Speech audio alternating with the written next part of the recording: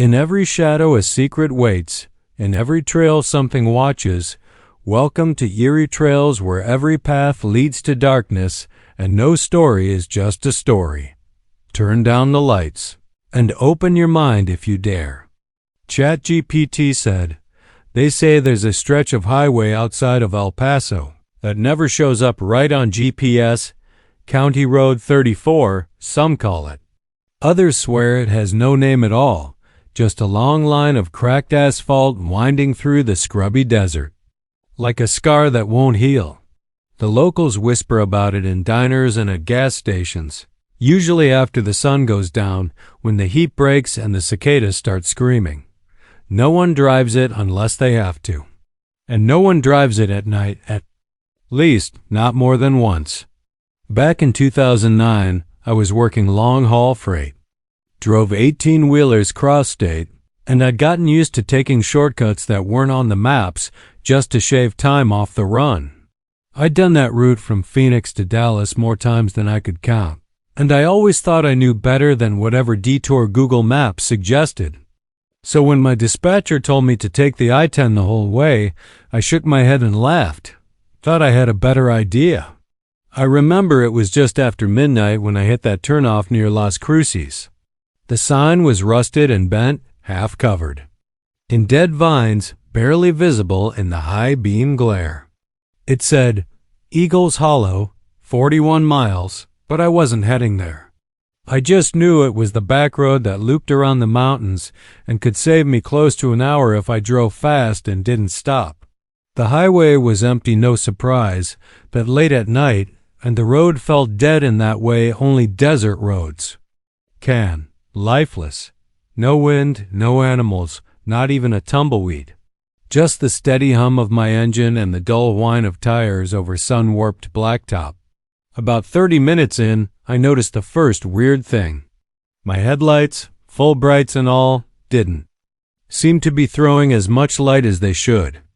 I mean, they were on, I checked the dash 3 times, but the road ahead looked dim, like I was driving through a heavy fog, except there was no fog. Just that same flat, starless sky above me and the dry, dark land on either side. Then I saw the car. It was in my rearview mirror. No lights, no shape at first. Just 2 faint glints like eyes reflecting my taillights, except there weren't any taillights to reflect. The car had no headlights, none at all. It was just a low black shape creeping behind me, too fast and too quiet. I figured maybe it was some kid pulling a stupid prank running dark on a joyride, but something about the way it moved didn't feel right. It didn't swerve. It didn't slow. It followed me perfectly, matching my speed. When I sped up, so did it.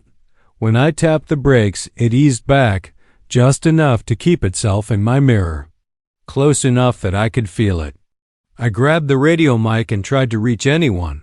Nothing. Just static. The signal had been strong a mile ago. Now? Dead air. I don't scare easy, but I started to sweat. My gut felt tight, like something was crawling just under my skin, waiting to get out. The road narrowed as I climbed a low rise, winding through a patch of hills where old telephone poles leaned like broken teeth. The car stayed behind me the whole time. I rolled down the window, stuck my head out, and looked back. Nothing. No headlights. No engine hum. No car. But when I pulled my head back in and glanced at the mirror again, there it was. Closer this time. I could see the glint of the windshield catching my own lights, just barely. I couldn't see a driver. Couldn't see a license plate. Just a black shape, too low to be a truck, too wide to be a compact, hugging the road like a shadow that didn't belong there. I floored it. The engine roared, and the semi groaned under the strain as I pushed her past 80, then 90. My hands were slick with sweat, knuckles white on the wheel. But the car didn't fall behind. It kept pace, no matter how fast I went.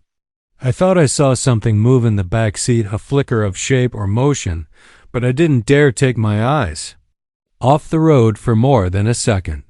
My skin crawled like someone was breathing on the back of my neck. Cold air spilled into the cab from nowhere, even though my AC was off. And then, as I rounded a long curve that banked left into a straightaway, the car vanished. 1 second. It was there. The next, nothing but empty road behind me. I should have felt relief. I should have laughed, called myself stupid for letting a trick of the light freak me out. But I didn't. I just kept driving, slow now, waiting for it to come back. The desert around me changed. Hard to explain it right. It just shifted. The rocks looked wrong. Like they were older, somehow, worn smooth by something that wasn't wind. The air got heavier. My ears popped. I passed a sign I swear hadn't been there before. It was wooden, rotted through, painted red with crude black lettering that read, "You shouldn't be here." No mileage. No destination. Just that. The radio flared to life. But it wasn't music. It wasn't even a voice. Just this low, static-drenched whisper, like someone was trying to speak through a bad dream. I couldn't make out the words, but I felt them. Felt them in my bones. Turn around. I didn't. I kept going. Pride, maybe? Or fear that if I stopped, something would finally catch me. Then I saw him. There was a man standing in the middle of the road, just standing there. No flashlight, no flares, nothing to make him visible. I had to swerve hard to avoid hitting him. The truck almost jackknifed. I came to a stop 100 feet down the road, heart pounding in my throat. I looked back. He was gone. But my headlights lit something in the road where he'd stood. A pair of shoes, old, scuffed, covered in dried blood. That was it for me. I spun the wheel and turned around.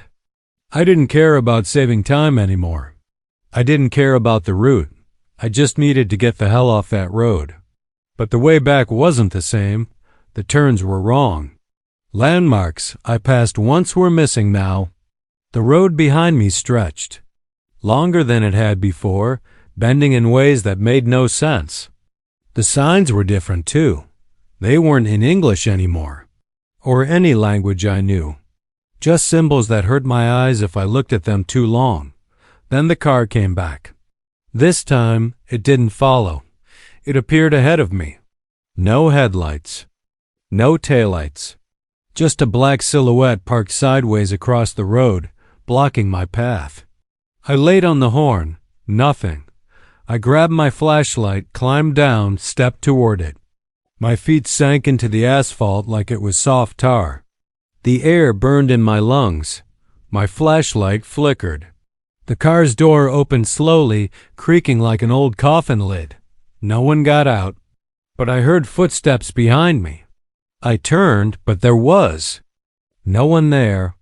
Just the desert, silent, empty. I looked back at the car. Now there was a figure in the driver's seat, motionless, watching me. Its face was covered, not with a mask, but with something like stretched skin, pale and veined and twitching, like it was breathing.